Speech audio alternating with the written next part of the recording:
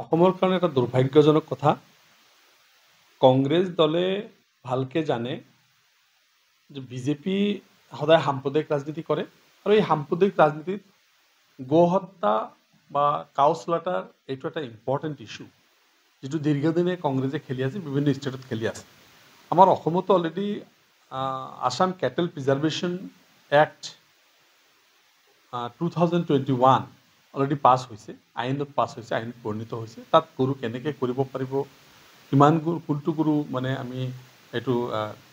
খাব পাৰিব কোনটো গৰু খোৱাৰ অনুপযোগী এই সকলো কথা বিতংকৈ তাত দিয়া আছে তাত পেনাল্টি কি হ'ব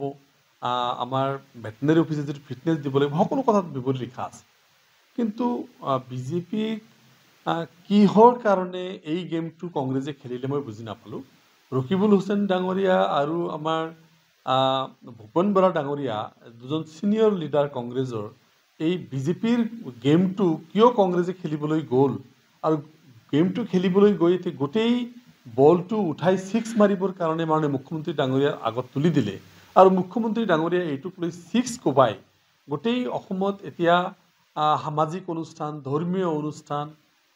হোটেল ৰেষ্টুৰেণ্টৰ নিচিনা ঠাইত এইটো বন্ধ কৰিছে আমি অত্যন্ত দুখ পাইছোঁ এই কাৰণে বিজেপিৰ কিছু দুমুখীয়া চৰিত্ৰ কিছু দুমুখীয়া নীতি আছে ভাৰতবৰ্ষত যদি সবতকৈ স্লাটাৰ হাউচ কেইটা চলি আছে এটি বিজেপি শাসিত ৰাজ্যত চলি আছে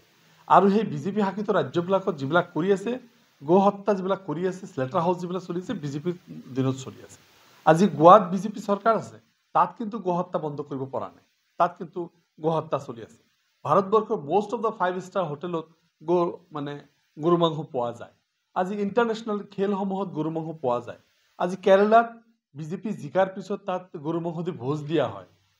শ্বিলঙত আমাৰ মাননীয় প্ৰধানমন্ত্ৰী ডাঙৰীয়াই প্ৰগ্ৰাম কৰি যোৱাৰ পিছত ৰাতি গৰু মাংসৰে ভোজ হয় এইবিলাক কথা আমি বিভিন্ন মিডিয়াৰ জৰিয়তে পাই থাকোঁ ঠিক তেনেকুৱা এটা অৱস্থাত অসমত 40% মুছলমান মানুহ আৰু উত্তৰ পূৰ্বাঞ্চলৰ বাকী ৰাজ্যসমূহত আমি দেখিছোঁ যে খ্ৰীষ্টান মানুহ এইবিলাকত গৰু মাংস ভক্ষণ কৰে বা গৰু মাংস খায় এটা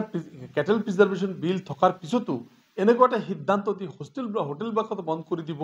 ৰেষ্টুৰেণ্টত বন্ধ কৰি দিব কোনে কি খাব কোনে কি পিন্ধিব কোনে ক'ত পঢ়িব কোনে কি সাজপাৰ পিন্ধিব সকলো কথা যদি চৰকাৰেই ঠিক কৰি দিয়ে তে প্ৰাইভেট ৰাইটটো ক'ত থাকে আজি খোৱাক লৈ ৰাজনীতি হ'ব নালাগে খোৱা বস্তুক লৈ ৰাজনীতি হ'ব নালাগে এই কথাটো কিন্তু কংগ্ৰেছে এনেকুৱা এটা সময়ত খেলি দিলে 2026 চনৰ নিৰ্বাচনৰ আগত এই কথা কিন্তু স্পষ্টভাৱে কেনেকৈ কৰিব এই কথা কিন্তু স্পষ্ট হৈ যাব আৰু মই ভাবোঁ এই গেমটো কংগ্ৰেছে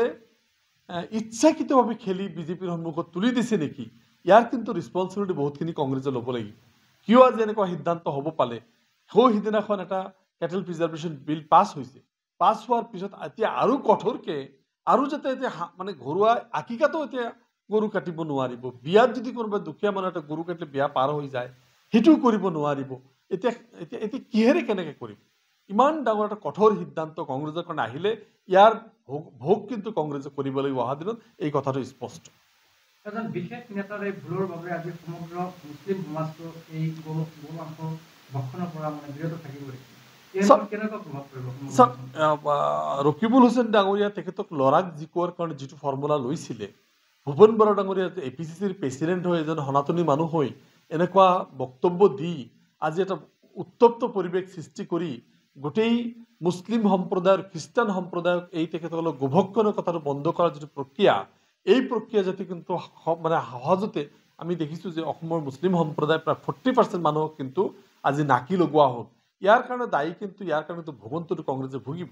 কংগ্ৰেছে বিভিন্ন সময়ত বিভিন্ন যিবিলাক কৰিছে এইবিলাক বিল যেতিয়া আহিছিল তেতিয়াও তেখেতলোকৰ মৌনতা থকা দেখিছিলোঁ আমি চিঞৰি প্ৰতিবাদ কৰিছিলোঁ আমি সদনৰ ভিতৰে বাহিৰে প্ৰতিবাদ কৰিছিলোঁ জিলাই প্ৰতিবাদ কৰিছিলোঁ আৰু আজি